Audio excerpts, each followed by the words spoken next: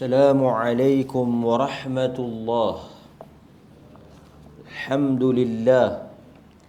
الحمد لله الذي أرسل رسوله بالهدى ودين الحق ليظهره على الدين كله ولو كره المشركون. أشهد أن لا إله إلا الله وحده لا شريك له وأشهد أن محمدا عبده ورسوله. اللهم صل وسلم وبارك على سيدنا محمد وعلى آله وأصحابه ومن تبعهم بإحسان إلى يوم الدين. أما بعد. Tuan-tuan dan puan-puan mukminin mukminat yang dirahmati oleh Allah Subhanahu wa taala, kita sambung bacaan ataupun perbincangan berhubung dengan hadis-hadis yang berkaitan dengan Ramadan, puasa dan amalan yang dituntut kita melakukan di dalamnya. Hari ini kita sudah hampir untuk melangkah masuk ke dalam 10 yang akhir di dalam bulan Ramadan. Di dalam Islam ataupun di dalam ibadat yang kita lakukan ini ada 10 akhir dan awal yang sangat penting untuk kita ingat. Yang pertama, 10 awal di dalam bulan Muharram. 10 hari yang pertama di dalam bulan Muharram. Sebab itu di dalam ibadat yang kita lakukan ini, dia ada time yang baik untuk kita pulun. Yang pertamanya 10 hari awal daripada 1 Muharram sampailah hari yang ke-10 awal. Yang kedua, kita ada 10 awal Zulhijjah. Hari yang pertama 1 Zulhijjah sehinggalah 10, iaitu pada hari raya. Jadi 10 hari yang pertama Muharram, 10 hari yang pertama di dalam bulan Zulhijjah, dan 10 akhir di dalam bulan Ramadan. Ada juga ulama yang kata kalau siang 10 awal Zulhijjah lebih besar. Kalau nak dibandingkan siang, menang 10 Zulhijjah. Adapun malam, besarnya malam-malam nak dibandingkan dengan 10 Muharram tadi, 10 Zulhijjah tadi, malam-malam akhir Ramadan. Baik. Tuan-tuan dan saya, insya-Allah kalau dipanjangkan umur, besok akan bermulalah pecutan yang terakhir. Sekiranya kita ada umur, peluang, besok kita akan mula masuk 10 yang akhir. Dalam apa-apa kehidupan pun, urusan kehidupan, yang menentukan segala-galanya ialah pengakhiran. Jadi nak menentukan Ramadan tuan-tuan dan saya pada tahun ini ialah apa yang akan berlaku di dalam 10 yang akhir. Jika orang ramai sudah mula meninggalkan ibadah pada 10 yang akhir, walaupun pada awalnya dia termasuk di kalangan mereka yang bersemangat, maka kita katakan Ramadan dia gagal. Kerana penentuan kepada ibadat itu ialah pengakhiran. Innamal a'mal bi khawatimiha. Sesungguhnya amalan itu bergantung kepada penutup. Dalam apa-apa kehidupan pun termasuklah dunia, last tu yang menentukan. Kan? Perlawanan bola sepak ke, perlawanan pertandingan apa-apa ke, kalau awal tu dia mungkin mendahului, awal tu dia mungkin menguasai, tetapi di hujung-hujung pertandingan perlawanan itu dia kecundang, maka dia dianggap gagal. Kan? Maka sebab itu tuan-tuan, kita nak tentukan apa yang akan berlaku di dalam sebulan Ramadan ni, dia duduk pada hari-hari akhir. Sesiapa yang momentumnya semakin meningkat dan semakin kuat di hari-hari akhir Ramadan ini, maka itu antara tanda besar Ramadannya diberkati. Tetapi jika di hujung-hujung ini dia sudah mula meninggalkan masjid, sudah meninggalkan tarawih, sudah meninggalkan qiyam, sudah meninggalkan tilawatul Quran, sudah meninggalkan apa yang dilakukan pada awal Ramadan, itulah tanda-tanda yang sangat jelas Ramadannya gagal. Mudah-mudahan tuan-tuan, sebagai ingatan di awal kuliah subuh kita pada pagi ini, saya mengingatkan diri saya sendiri dan tuan-tuan yang mendengar supaya pulun di hujung-hujung Ramadan. Walaupun kita alhamdulillah masjid-masjid yang kita pergi ni jamaahnya masih istiqamah, konsisten lah. Walaupun adalah sedikit berlaku pengurangan tu, kan? Ada satu dua masjid yang dia kurang sikit. Mungkin banyak faktor lah. Pengurangan ni banyak faktor. Mungkin mereka keluar pergi salat, kan? Cuti-cuti 2-3 hari ni dia keluar percaya baju raya ke apa ke, kan? Masjid jadi kurang sikit lah. Tapi kebanyakan masjid masih ramai jemaah.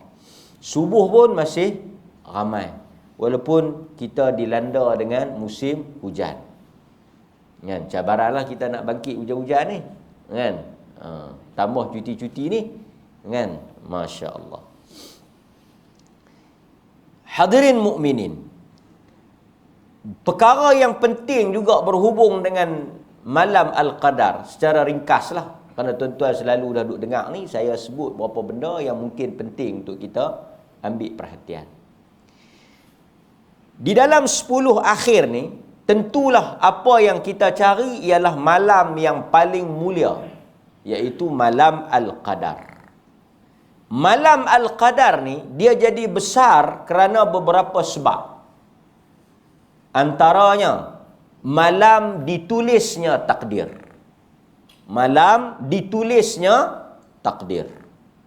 Seperti mana yang disebut di dalam Al-Quran surah Ad-Dukhan, Allah menyatakan pada malam tersebut ditulisnya yufraku kullu amrin, ditulis padanya urusan kehidupan, takdir. Kata Ibnu Abbas, pada malam Al-Qadar ditulis ketentuan dan ketetapan Allah, takdir yang berkaitan dengan diri kita, apa yang akan terjadi pada tahun yang berikutnya. Itu salah satu perkara yang berlaku.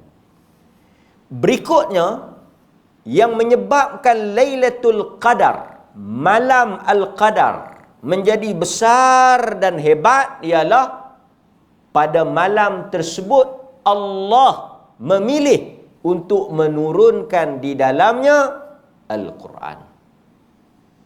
Daripada 365 malam yang ada dalam setahun tu, 365 malam yang ada sepanjang tahun itu, Allah pilih malam Al-Qadar untuk dia turunkan Al-Quran. Inna anzalnahu, sesungguhnya kami menurunkan Al-Quran pada malam Al-Qadar. Boleh tak Al-Quran nak turun malam lain? Boleh, tak ada masalah. Kehendak Allah Ta'ala. Tetapi Allah memilih malam nak dia turunkan Al-Quran itu malam Al-Qadar. Sesungguhnya kami menurunkan Al-Quran pada malam Al-Qadar. Jadi pemilihan khas diturunkan Al-Quran daripada Lauh Mahfuz di sisi Allah turun ke langit dunia pada malam Al-Qadar. Kemudian tuan-tuan, berikutnya juga besarnya malam Al-Qadar itu kerana turunnya Jibril alaihi salam. Kita tahu selepas daripada kewafatan Nabi, Jibril sudah berhenti daripada turun ke dunia. Tugas Jibril alaihi salam ni menyampaikan wahyu. Apabila terputusnya wahyu daripada langit, wafatnya Nabi, maka tidak lagi turun Jibril. Tapi pada malam tersebut turun Ar-Ruh. Ar-Ruh merujuk kepada Jibril. Jibril turun pada malam tersebut. Jadi tuan-tuan ambil peluang ketika Al-Quran diturunkan, ketika ditulisnya takdir, ketika turunnya Jibril, kita termasuk daripada mereka yang menghidupkan malam Al-Qadar. Paling kurang tuan-tuan semayang Isyak dan subuh berjamaah. So bermula daripada malam esok, kalaulah tuan-tuan ada kekangan, halangan dan juga perkara yang menyebabkan tuan-tuan tak boleh nak melakukan ibadat sepanjang malam, tak boleh nak tarawih, tak boleh nak tahajud, kerana sebahagian masjid dia telah mula buat salat tahajud. Mula pukul 3, ada masjid mula pukul 4. Dulu tak banyak masjid, sekarang ni rata-rata masjid buat. Banyak masjid yang buat tahajud. Mula pukul 3 pagi ada, mula pukul 4 pagi sampai sahur. Jadi tuan-tuan kalau tak boleh mari tahajud, ataupun ada urusan, ada halangan tak boleh mari tahajud, sekurang-kurangnya tuan-tuan, kita ada berapa benda kita boleh dapat. Sikit tapi banyak. Satu, ada hadis sebut orang yang pergi semayang tarawih, semayang malam dengan imam jamaah, kalau dia tunggu balik dengan tu imam, semayang dia mula daripada Isyak tu, dia semayang tarawih sampai imam witir, dia dapat pahala sepanjang malam. Okey? Baik. Katakanlah tuan-tuan tak dapat yang tu. Tuan-tuan pi tak dapat nak witir sampai dengan imam. Mungkin ada halangan, ada kekangan, ada apa-apa, tuan-tuan terpaksa balik awal. Tuan-tuan ada peluang lagi tak nak dapat pahala qiyamul lail? Qiyamul lail sepanjang malam. Satu, tuan-tuan pergi tarawih, tuan-tuan tunggu witir sampai habis. Tuan-tuan dapat pahala qiyamul lail sepanjang malam. Seperti orang yang mendirikan malam, walaupun tuan-tuan balik tidur. Satu lagi ialah tuan-tuan pergi Isyak berjamaah, lepas tu tuan-tuan pergi subuh berjamaah. Tuan-tuan dapat sepenuh malam. Siapa yang pergi salat Isyak berjamaah di masjid, dia dapat separuh malam. Tuan-tuan mari semayang Isyak, malam ni tuan-tuan mari semayang Isyak berjamaah di masjid, tuan-tuan dapat separuh malam pahala. Esok pagi Ahad, tuan-tuan mari semayang subuh berjamaah macam sekarang, macam kita buat pagi ni, tuan-tuan dapat pahala sepenuh malam. Jadi tuan-tuan ada 2-3 peluang. Tak dapat yang ni, tuan-tuan ambil yang ni. Kalau tuan-tuan boleh buat dua-dua, lagi hebatlah, kan? Lagi kemas. Baik. Bagi wanita, saja saya sebut sebelum kita nak pergi ulas tajuk yang saya nak bawa pagi ni. Bagi wanita juga dituntut untuk dia mari i'tikaf. Jadi tuan-tuan, yang mana ada suami, boleh mari dengan suami. Mari i'tikaf di masjid. Ajak suami, mari awal sikit. Mai awal pukul 4 pagi, pukul 3 pagi. Dan masjid kita harap pukul 4 pagi, pukul 3 pagi boleh buka lah. Kalau tak buat pun sekurang-kurangnya dia buka pintu, buka lampu pun semua, mai. Bagi orang masuk. Tok Siak dia kerja lebih sikit. Bayarlah kat dia bulan ni bagi 1,500 ke bagi 2,000. Beda dia nak mai pukul 3 pagi. Dia kena mai pukul 3 pagi lah. Sat lagi orang mai saya kempen pula. Depa bangkit mai tutup. Kan jam. Kami mai depa tutup pintu. Jadi untuk 10 akhir ni Tok Siak yang pegang kunci masjid mai buka awal sikit pukul 3 pagi. Kalau dia nak balik lena, dia buka lepas tu dia balik lena. Tak ada masalah. Dia tak wajib sembahyang. Payah orang nak lena depa nak mai sembahyang. Kan? Tak apa, dia mai buka ataupun dia boleh tanya siapa yang nak mai pukul 3 pagi. Kan? Ambil kunci, mai tolong buka. Jadi kita mai lah 10 akhir, bukan banyak hari pun, 10 akhir. Buka mari sembahyang. Wanita juga dituntut. Yang mana ada suami, ajak suami mai. Kalau suami tak mai, minta izin nak mai. Takut saat lagi dia cari puan-puan tak ada, kalut pula. Kan? Jadi mari. Mari ke masjid. Sebab di dalam hadis isteri-isteri Nabi mai i'tikaf. Dalam hadis dia ceritakan bahawa Nabi SAW beriktikaf di dalam masjid. 10 akhir tu Nabi masuk lah. Macam esok malam Nabi akan masuk. Lepas tu Nabi akan keluar pagi raya. Kita tak mungkin lah kan nak buat macam tu. Nak masuk lepas tu keluar pagi raya. Kan? Tapi kalau tuan-tuan tak boleh buat semua, jangan tinggal semua. Kan? Jadi tuan-tuan masuk takat mana boleh lah. Tuan-tuan balik tarawih, mai pula pukul 4 pagi, pukul 3 pagi sampai subuh. Buat tiap-tiap malam. InsyaAllah tuan-tuan akan dapat malam Al-Qadar. Baik. Kalau tuan-tuan tak boleh mai penuh, mai sekat. Mai sekat. Wanita juga. Sebab dalam hadis tu, isteri-isteri Nabi meneruskan i'tikaf selepas kewafatan Nabi. Jadi orang perempuan, kalau dia tanya, boleh tak kami nak mai semayang di masjid? Boleh tak wanita beriktikaf di masjid? Dibolehkan berdasarkan perbuatan isteri Nabi yang beriktikaf di masjid. Jadi mereka kalau suami mereka tak mau mai, mereka minta izin untuk mai lah. Dan suami-suami ni bila isteri minta izin nak mai masjid, yang pertama mai lah. Tak payah duk buat malu kat orang jantan. Kan? Sekali lagi dia pergi hantar, dia kata aku hantar boleh lah. Kan? Tapi aku nak balik lena. Kan? Mai sekali. Kalau isteri-isteri minta izin nak mai, suami tak boleh halang. Dalam hadis Allah Azza wa Jal, Nabi sebut, Allah Azza wa Jal kata, jangan halang, la tamna'u. Jangan halang ima Allah daripada wanita-wanita Allah untuk mereka mendatangi masjid. Jadi kalau mereka minta mai masjid tu, kita kena bagi izin. Jadi wanita mai, alhamdulillah lah dalam masalah sekarang ni tak berlaku lah kan. Di masjid pun ada CCTV kan, orang pun ramai, tak ada masalah keselamatan. Yang seronoknya dia nak main masjid, dia takut, dia kata macam-macam duk ada masjid lah, beg hilang lah, orang curi kasut lah apa, melilau, melewak kot bazar tu, tak ada orang curi kasut pula. Kan? Ini semua alasan saja. Baik hadirin mukminin, apa yang saya nak kuliahkan pada pagi ini berhubung dengan tajuk malam Al-Qadar yang kita sebut tadi. Hebatnya bulan ni kerana salah satunya banyaklah. Malam Al-Qadar pun ada kaitan dengan perkara ni. Bulan Ramadan ni pun ada kaitan dengan perkara ni. Apakah perkara itu? Al-Quran. Sebab apa bulan ni hebat? Kerana bulan ni turun Quran. Syahrul Ramadan alladhi unzila fihi al-Quran hudan lin-nas wa bayyinatin minal huda wal furqan.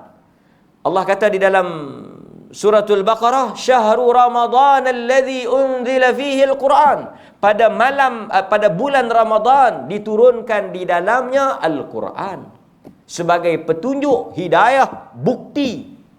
Nampak? Boleh turun bulan Syawal, boleh turun bulan Safar, boleh turun bulan Rejab, tapi Allah pilih bulan Ramadan. Nampak tuan-tuan? Hebat Ramadan tu kerana di dalamnya ada puasa, di dalamnya ada malam Al-Qadar, di dalamnya ada salat, di dalamnya ada zakat, di dalamnya ada sedekah, di dalamnya ada Al-Quran. Sebab itu tuan-tuan tengok bulan Ramadan ni sinonim dengan Al-Quran. Orang tadarus, kan? Walaupun kita baca Quran ni bulan lain ada juga baca, tapi bulan ni dia jadi karal lebih sikit dengan Quran ni. Dia ada semangat lain sikit.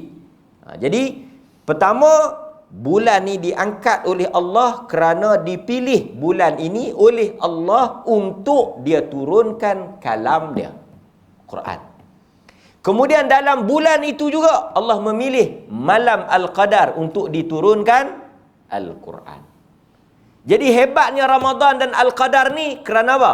Kerana dia berhubung dengan Al-Quran. Dan tuan-tuan tengok, siapa-siapa yang ada kaitan dengan Al-Quran mesti mulia. Apa-apa yang berhubung dengan Al-Quran, ada kaitan dengan Al-Quran, mesti dimuliakan oleh Allah. Sebagai contoh, paling mudah kita boleh nampak para imam-imam masjid. Siapa imam-imam masjid? Mereka yang berkebolehan membaca Al-Quran dengan baik. Ketika sahabat bertanya kepada Rasulullah, siapakah orang yang paling layak, yang boleh qualification, mempunyai kelulusan untuk menjadi imam? Aqra'uhum li kitabillah. Orang yang paling baik bacaannya Al-Quran. Nampak? Kriteria untuk menentukan pemilihan imam ialah mereka yang boleh membaca Al-Quran dengan baik. Aqra'uhum. Orang yang paling elok bacaan dia. Nampak? Jadi bila dia jadi tu imam, automatik mulia lah. Sebab apa? Sebab dia yang paling paling hebat. Hatta siapa-siapa pun main semayang di masjid, duit banyak mana pun, harta banyak mana pun, pangkat besar mana pun, dia tak boleh duduk depan daripada tu imam. Kan? Mungkin duit dia banyak lebih pada tu imam. Mungkin harta dia banyak lebih pada tu imam. Tu imam tu mungkin tak ada duit, mungkin tak ada harta. Mungkin pangkat pun tak ada kan, tak ada gelaran apa. Tapi bila mai datang semayang, lagi tu imam tu tak rokok, dia tak boleh rokok. Innama ju'ila imam liyu'tamma bih. Nampak? Dijadikan imam untuk diikuti. Fa idza kabbara fakabbiru. Apabila dia bertakbir, barulah kamu boleh bertakbir. Artinya tu imam menjadi command, ketua, kepala untuk diikuti. Siapapun, apapun pangkat dia, siapapun kedudukan dia, bila dia mari salat, dia kena follow imam. Kalau tidak, batal. Nabi kata ikut imam, wala takhtalifu, jangan kamu menyelisihi imam. Pasal apa dia jadi imam? Pasal dia boleh baca Quran elok pada kita. Tapi kalau dia baca Quran pun lebih kurang kita, ya, kan? Tak bolehlah jadi tu imam. Tu imam ni mesti lebih pada kita. Dia mesti ada kemampuan untuk membaca Al-Quran dengan elok. Tapi kalau kita dengar dia baca pun kita jadi semput, jadi sempak, jadi kan, napas lepas tak lepas, maka tak boleh. Kan? Sebab itu Allah Ta'ala memuliakan para imam, a'immah, imam-imam salat ni kerana kebolehan dan kaitan mereka dengan Al-Quran. Kan?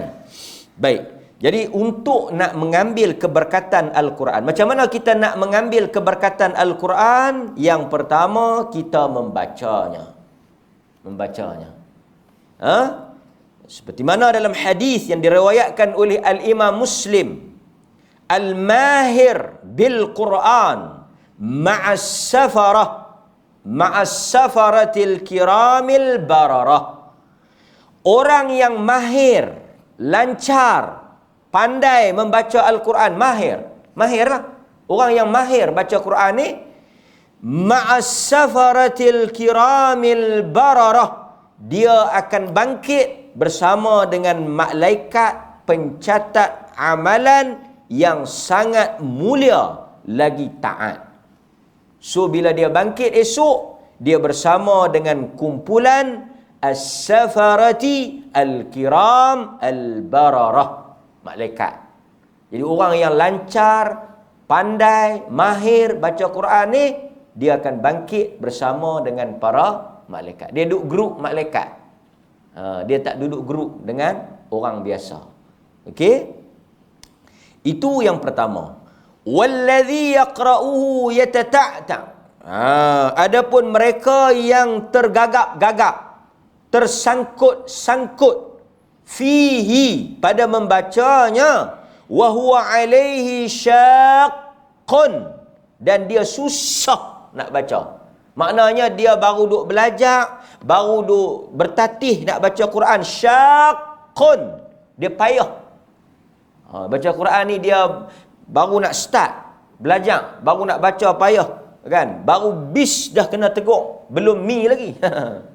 Kan? Macam mana nak bismi? Bis, tak kena dah tu, kan?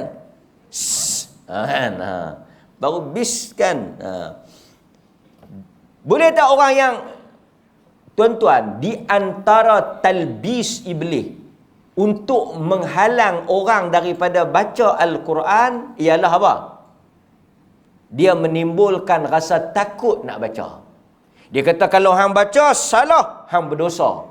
Jadi untuk nak mengelakkan daripada hang berdosa, hang jangan baca langsung.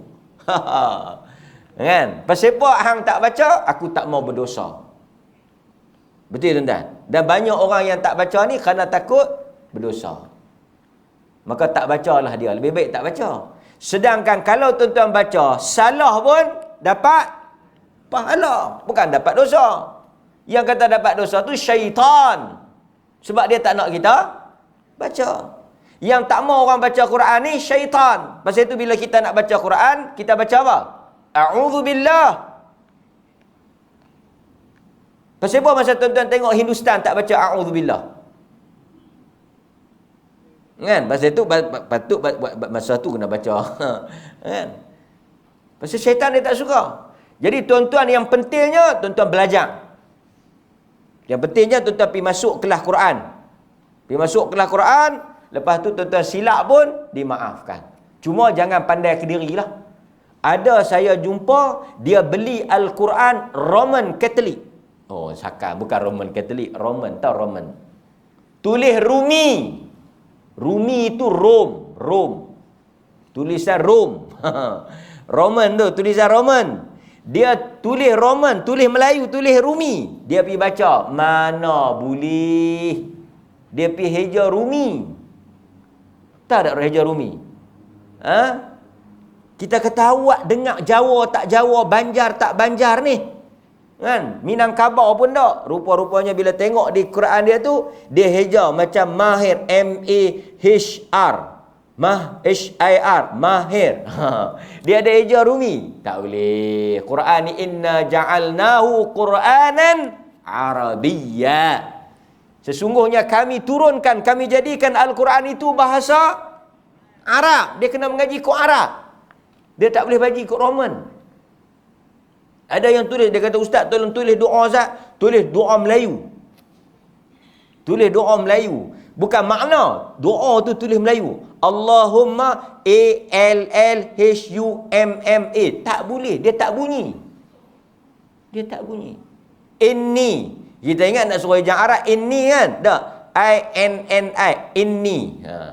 Kan? Tak boleh. Pasal huruf Arab ni dia ada sifat dia. Ada sebutan dia. Artinya kita nak sebut tu, dia ada cara sebut dia. Dia tak sama dengan huruf Roman, huruf Melayu ni. Baik. So tuan-tuan jangan takut. Pi masuk kelas belajar.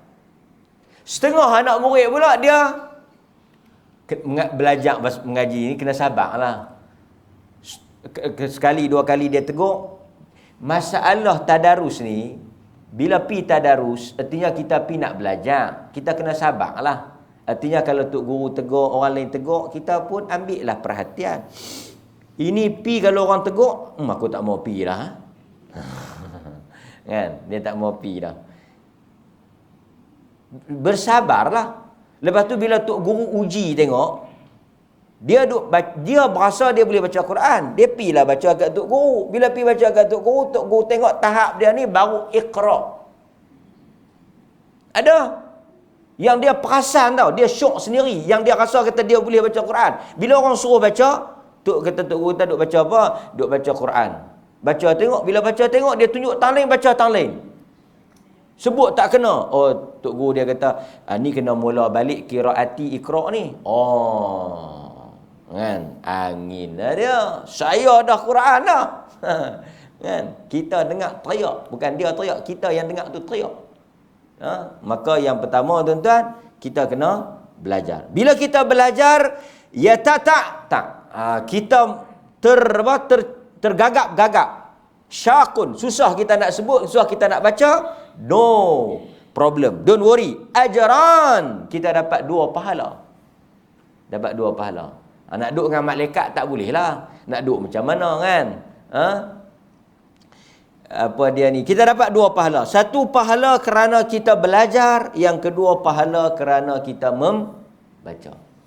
Syaratnya kita kena belajar kan? Kita ada kempen buta huruf. Kita nak kena kempen juga sekarang ni buta Quran. Banyak juga yang mengalami masalah buta Quran kan? Baik. Hadirin mukminin. Kemudian kalau kita tengok di dalam Al-Quran juga, Allah Subhanahu wa taala mengarahkan kita untuk membacanya dengan tartil. Kata Al-Imam Ibnu Kathir, yang dimaksudkan dengan tartil ialah membacanya dengan benar dan betul. Kemudian dia membacanya dalam keadaan dia memahami dan mentadabbur Al-Quran. Maksudnya bila kita baca Al-Quran tu, kita baca dengan betul. Kita baca dengan betul di sini pula, mengikut ulama Al-Quran. Kalau tuan-tuan belajar Al-Quran, dia ada, ni satu juga bahaya juga. Al-Quran ni dia ada kesalahan, dia panggil kesalahan lahnul jali. Kesalahan yang besar. Dengan lahnul khafi, kesalahan yang kecil, yang tersembunyi. Adapun bagi kita, saya dan tuan-tuan ni, orang awam, kita baca jangan bagi silap yang jali tu. Apa makna jali? Huruf ba kita kata ba, kita tak kata pa. Ataupun huruf ba kita tak kata mim. Kira okey lah. Bukanlah maksud kita kena baca lagu qari tu. Baca tengok Bismillahirrahmanirrahim. Okey lah. Ba pun disebut ba, sim pun sebut sim. Sin tak sebut tha. Okey lah. Setengah orang ni dia pandai. Tak apa, alhamdulillah lah dia pandai. Tapi dia duk berasa orang nak kena pandai lagu dia. Tak apalah, dia qari'ah. Kan? Dia ada sin tu tak cukup nipis tu, tak cukup angin tu. Tak apalah yang tak cukup angin tu, dia boleh sebut sin tu besar tu lah. Kalau dia sebut tha lagi lingkup. Bismillah. Kan? Jadi kata para ulama, sekiranya seseorang itu menyebut hurufnya dengan sebutan yang betul, itu sudah memadai. Tak tertukar huruf ba tu pergi jadi huruf lain, sudah memadai. Adapun pada nipis tebalnya, pada sifat hurufnya, kalaulah tidak tepat 100%, sehingga kalau orang baca pun, orang yang biasa-biasa tak boleh kesan tu imam tu baca silap ke tak. Dia kena orang yang pandai dengar baru boleh tahu. Adapun ini dia panggil lahnul khafi. Kesalahan yang tersembunyi dimaafkan. Okey, no problem. Bolehlah nak mayang. Nak jadi tu imam pun bolehlah sikit-sikit. Kan? Tapi kalau tuan-tuan mayang belakang juri Al-Quran, dia tak silap. Silap tak mana? Kurang nipis sikit. Nipis tu nipis dah, cuma kurang nipis lagi. Ya, adapun yang ni, bukanlah dia nak masuk musabaqah pun. Padan dia baca tu boleh lah kan. Baik, hadirin mukminin. Jadi yang pentingnya kita baca. Ada orang kata dalam bulan Ramadan ni kita nak baca ke, kita nak tadabbur ke, kita nak tafsir. Yang dituntut di dalam bulan Ramadan ni banyak membaca. Kan? Banyak membaca. Baik. Yang kedua, di dalam bulan Ramadan ni, kita kait dengan bulan Ramadan ya. Di dalam bulan Ramadan ni, yang kedua kita memperbanyakkan selain daripada baca, kita memperbanyakkan dengar. Pasal itu bila kita pergi semayang, kita suka tu imam baca panjang sunat ni. Pasal itu semayang sunnah baca panjang. Semayang sunat ni sunnah baca panjang. Nabi salat 8 rakaat tapi berapa? Nabi semayang 8 rakaat, 11 rakaat tapi berjuzuk-juzuk. Jadi kita dalam bulan Ramadan ni, di samping kita baca, kalau tak boleh nak baca banyak, kita dengar bagi banyak. Dengar bagi banyak. Pasal tu bila kita mai tarawih, kita sukalah kalau tu imam boleh baca banyak, pasal kita boleh duduk dengar. Kita nak baca tu mungkin ada banyak masalah, ada banyak halangan. Jadi bila kita main masjid, tu imam baca bagi panjang. Tu imam pun kalau sembahyang tarawih, dia bacalah bagi panjang sikit. Satu muka ke, atau setengah muka bagi lebih sikit ke. Kan? Juz amma tu kalau boleh tak payah baca lah sembahyang tarawih. Kalau sembahyang tarawih pun alam tara kaifa fa'ala rabbuka bi ashabil fil. Kan? Beratlah. Kita nak dengar lah lain sikit kan. Panjang sikit. Dan mana-mana makmum bila dia mai tu imam baca panjang, kalau dia tak mampu, dia duduk. Jangan menjadikan benda besar. Tu imam baca panjang pasal apa tak tahu. Memang sunnahnya baca panjang. Baca. Kalau kita komplain kalau dia baca pendek. Sunnah baca. Saya mana larat sakit lutut, duduk. Beratok ambil berah boleh? Takkan beratok nak dengar Quran tak boleh? Kan? Beratok ambil berah, beratok ambil hamper, tak ada pula siapa abang sakit lutut saya. Tak ada. Beratok ambil duit robok sepatah, sengap sunyi. Beratok ambil 400 tu tak ada siapa duk hingat sakit lutut, sakit pinggang. Mai datang Quran sakit takdan baca bismillah sakit pinggang lah. Mau dengan Quran ni. Maka sebab itu siapa yang sakit duduk. Duduk. Tu imam nak baca, kita nak dengar bagi banyak sikit. Dah bulan lain tak dengar. Mai datang Quran, kita nak dengar bagi lebih sikit. Tu imam baca bagi panjang.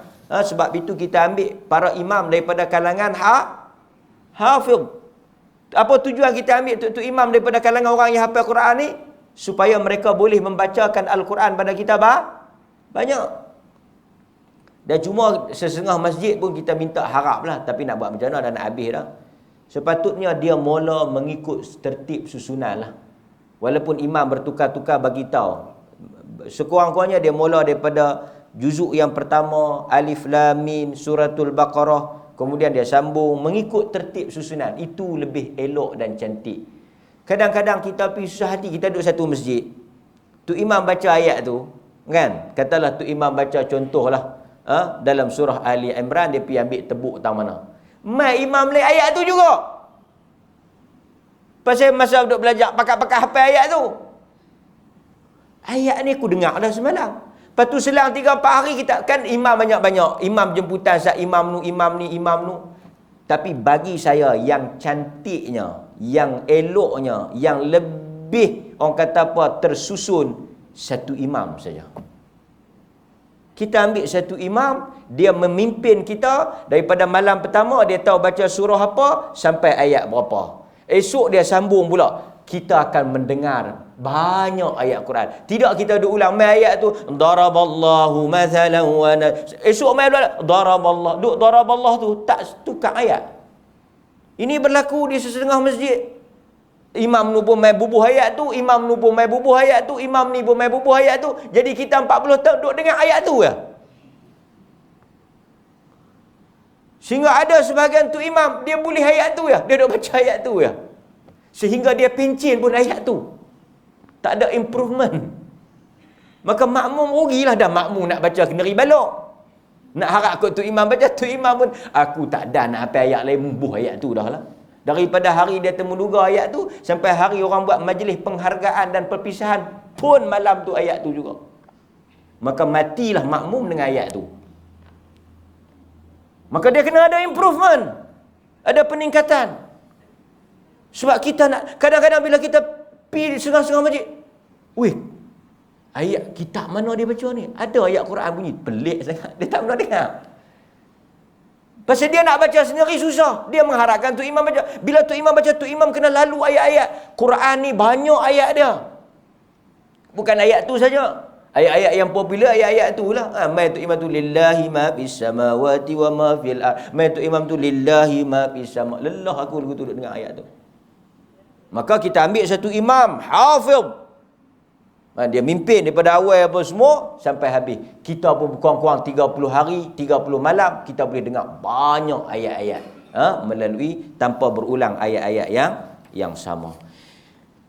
Allah Subhanahu wa taala menyebut di dalam Al-Quran surah Al-A'raf ayat 204, wa idza quri'al Quran fastami'u lahu wa ansitu la'allakum turhamun. Dan apabila Al-Quran itu dibacakan, maka dengarkanlah serta diamlah, mudah-mudahan kamu beroleh rahmat. Jadi dalam bulan Ramadan ni tuan-tuan, kita memperbanyakkan Al-Quran.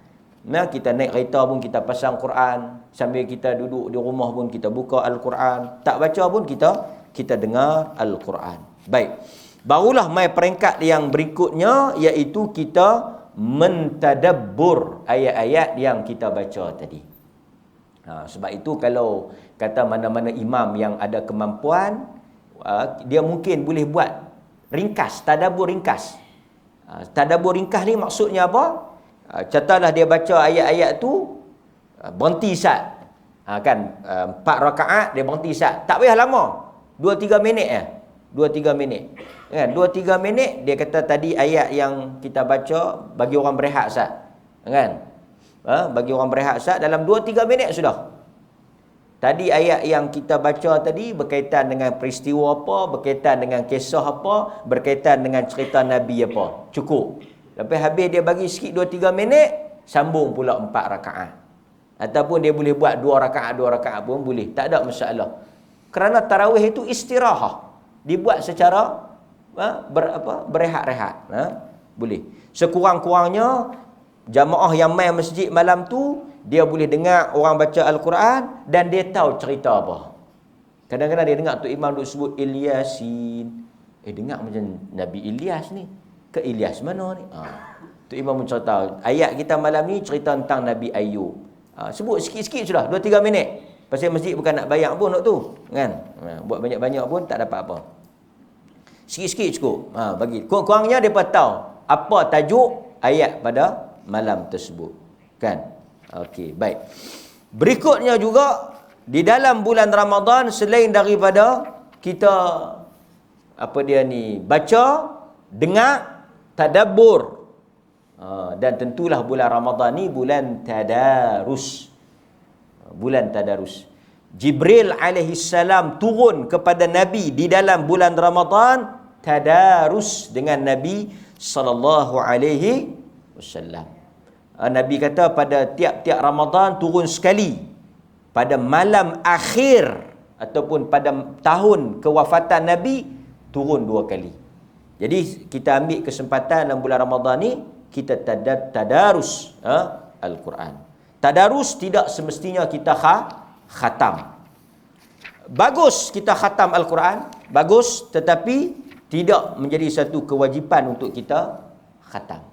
Jadi jangan kalutlah tadarus ni. Dan lagi satu, mereka duk tadarus, mereka duk sebut mereka khatam, tapi sebenarnya mereka tak khatam. Apabila mereka pecah khatam ni, apa makna khatam? Khatam artinya kita membaca daripada ayat yang pertama sampai ayat yang terakhir 30 juzuk, baru masuk kita khatam. Kumpulan kami khatam dah ustaz. 3 Ramadan khatam dah. Sakan. Khatam dah. Ni nak masuk pusingan yang kedua. Baru 3 Ramadan. Macam mana hampa buat? Kami ada 10 kumpulan. Ambil seorang 1 juzuk. Yang tu tak khatam lah. Juzuk tu, kumpulan tu juzuk 1, kumpulan ni juzuk 2, kumpulan ni juzuk 3. Balik pi baca, lepas tu kami main lah ramai-ramai buat majlis khatam. Bolehlah tapawai 1 dengan acar rebung. Seronoklah khatam. Hak tu je tapawai dengan acar rebung. Lepas tu main orang politik pula bagi berah pulut kat atas. Majlis khatam. Dia jadi agama kita ni, dia jadi function, dia jadi majlis. Sedangkan tak ada dalam tuntutan nak buat majlis-majlis ni.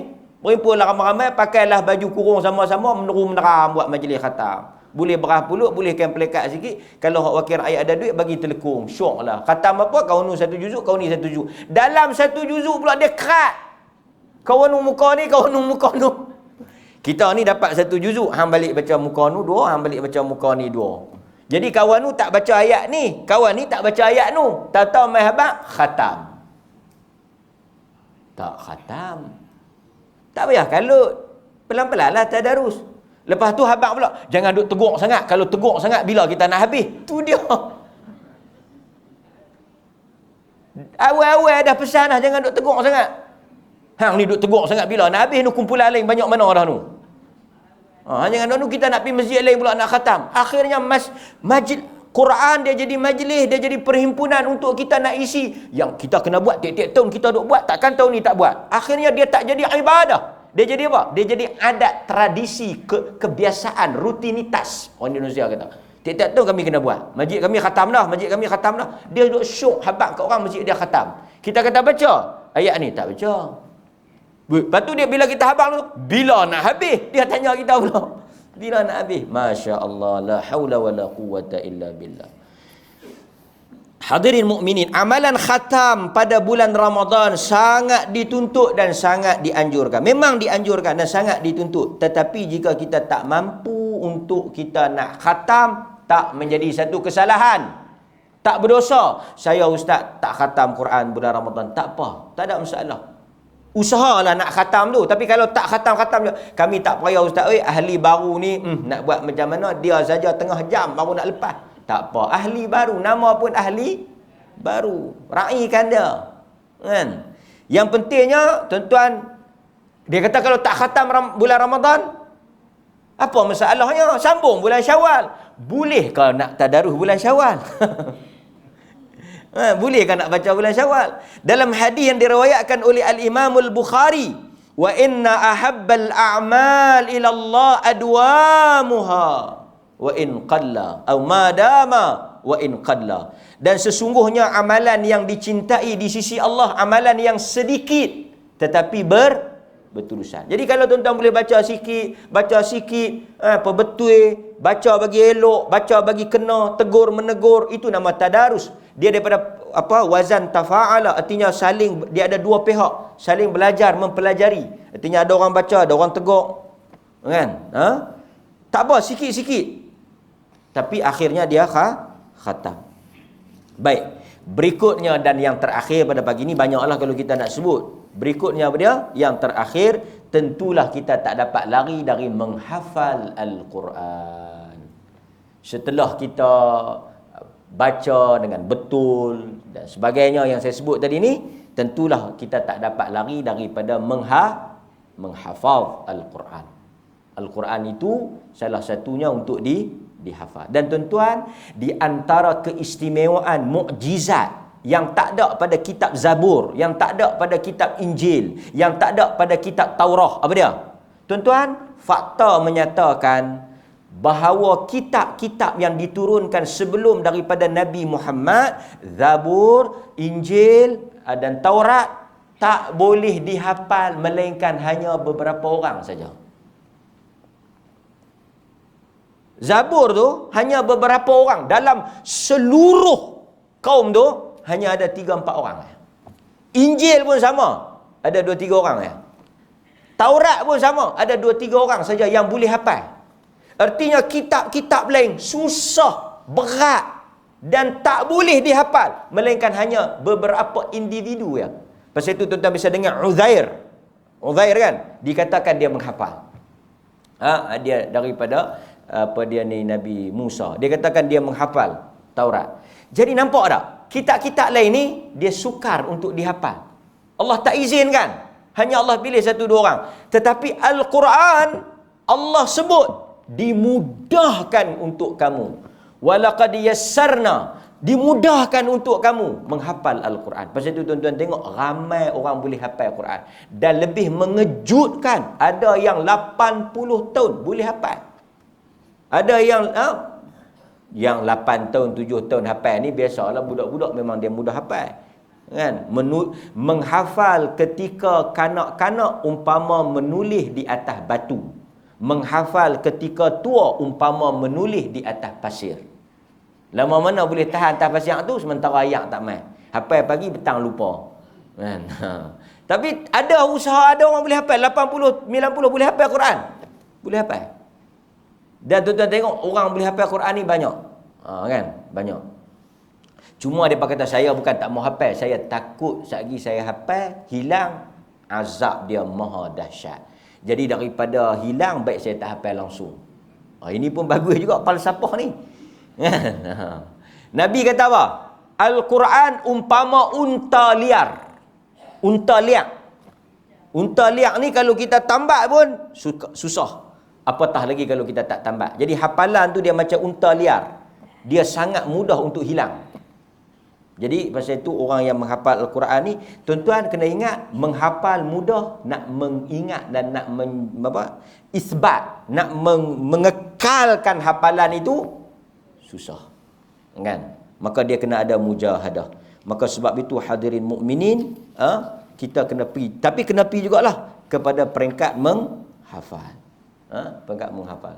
Dia dah 70 80 nak hafal apa, padanlah apa yang duk hafal dak, kena hafal. Kena hafal. Kan? Mudah-mudahan Allah Subhanahu wa taala mempermudahkan kita untuk melakukan amalan-amalan yang disebut tadi, dan kita termasuk daripada kalangan ahlullah. Siapa ahlullah? Ahli Allah, ahlul Quran, ahli Quran. Wassallallahu ala nabiyyina Muhammad wa ala alihi wa sahbihi wasallam, walhamdulillahi rabbil alamin. Wassalamu alaikum warahmatullahi wabarakatuh.